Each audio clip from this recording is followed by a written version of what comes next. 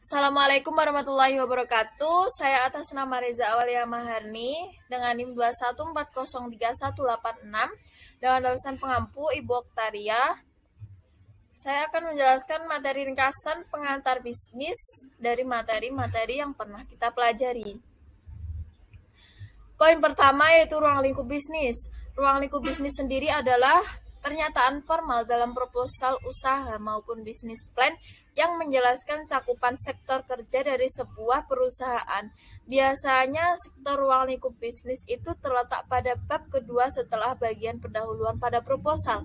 Dengan contoh, perusahaan Properti Expro memiliki dua sumber penghasilan. Yang pertama yaitu dari hasil jualan yakni trading. Yang kedua, Expro juga menerima jasa pengerjaan pendirian perbangunan, yaitu rumah, gedung, dan lain sebagainya. Bagian poin kedua yaitu manajemen produksi yang baik adalah yang pertama memberikan contoh yang baik, yang kedua memposisikan diri menjadi bagian tim. Yang ketiga, jangan takut untuk bertindak, yakni bekerja secara profesional, harus dilakukan dengan baik dan secara maksimal oleh pekerja. Yang keempat, manajemen persediaan tepat waktu, yaitu menghindari tekanan harga dan kehabisan produk terhadap pelanggan. Yang kelima, investasi dalam teknologi. Yang keenam, standarisasi proses dan waktu, yaitu memetakan proses sesuai urutan dan kemudian menentukan waktu yang dibutuhkan untuk menyelesaikan pekerjaan itu. Bagian yang ketujuh, selalu identifikasi potensi masalah, yaitu mengantisipasi masalah yang mungkin terjadi dalam proses produksi. Kesimpulannya, penerapan manajemen produksi untuk setiap bisnis adalah penting sebagai elemen dalam pengembangan bisnis agar lebih baik. Hal ini juga harus dilengkapi dengan sistem manajemen lain, seperti halnya manajemen SDM, manajemen keuangan, dan proses manajemen lainnya agar jalannya bisnis menjadi lebih optimal. Dengan fitur terlengkap dan harga baik, akun online sudah membantu bisnis dalam pengelolaan pembukuan yang lebih baik. Strategi pemasaran di era digital marketing yang efektif. 1. Strategi digital marketing menggunakan cloud marketing, yaitu cloud marketing adalah semua upaya pemasaran secara digital yang dipersandisasi dan terintegrasi, meninggalkan pengalaman pembeli. Merupakan bentuk dasar dari berjualan secara online. Yang kedua, strategi pemasaran digital lewat online marketing, yaitu jika menggunakan online marketing dari manapun bisnis dijalankan akan tetap mampu mendapatkan perhatian secara global. Yang ketiga, menggunakan close rank marketing. Dalam close rank marketing, perusahaan memanfaatkan Bluetooth dan Wi-Fi untuk mengirim promosi produk secara layanan langsung kepada konsumen ketika mereka berbelanja. Yang keempat, menggunakan call to action marketing, yaitu merupakan pemasaran menggunakan pelayanan yang dirancang untuk mendapatkan respon langsung dari orang yang membaca atau mendengarkan.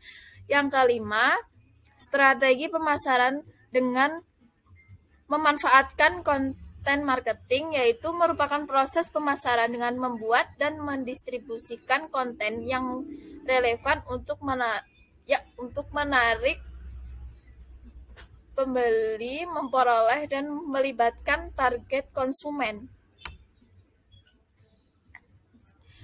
Fungsi manajemen dan organisasi saat ini.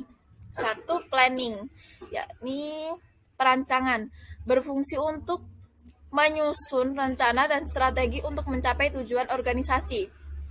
Yang kedua, organizing, pengorganisasian, fungsi manajemen dalam hal pembagian tugas dan kegiatan besar menjadi kecil untuk membagikan kepada para anggota sesuai keahlian masing-masing untuk anggota organisasi. Dalam arti lain, bertugas untuk mengelompokkan orang, tugas, tanggung jawab, dan wewenang sesuai porsi sehingga mencapai tujuan organisasi itu sendiri secara bersama-sama.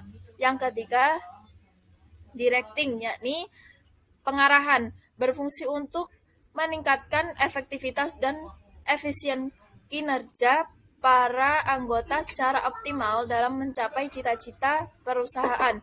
Nomor 4, controlling, yakni pengendalian, berfungsi untuk menilai kinerja para anggota sesuai dengan standar yang telah dibuat, kemudian melakukan perubahan dan perbaikan jika terdapat hasil penilaian yang kurang baik.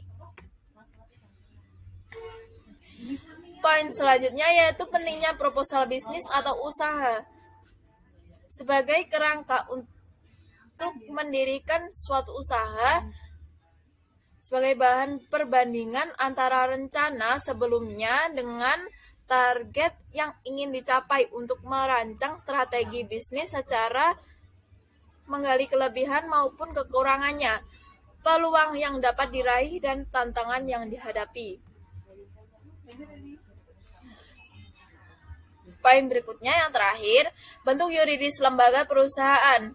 Firma, yaitu perusahaan persekutuan. Firma sendiri merupakan suatu badan usaha yang dapat dikatakan sebagai sebuah persekutuan karena dijalankan oleh beberapa orang namun dengan menggunakan satu nama sehingga hasil keuntungan yang diperoleh nanti dibagikan ke semua anggotanya. Tanggung jawab yang dimiliki setiap anggota firma pun tidak terbatas sehingga resiko atau kerugian pun akan ditanggungjawabkan bersama-sama. Yang kedua yaitu persekutuan komandanter, yaitu CV, atau biasa disebut perseroan komandanter, yaitu CV. Perseroan komandanter atau dapat dikatakan komanditair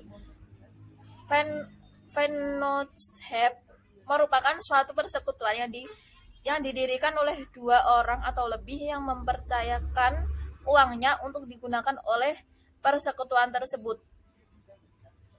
Persekutuan komandanter memiliki kesamaan dengan firma, yaitu tidak ada keyakinan sendiri. Dalam persekutuan komandanter ini, anggota atau sekutu dibagi menjadi dua, yaitu sekutu aktif atau sekutu komplementer. Yang kedua, sekutu positif atau sekutu komandanter. Poin selanjutnya, perseroan terbatas, yaitu PT.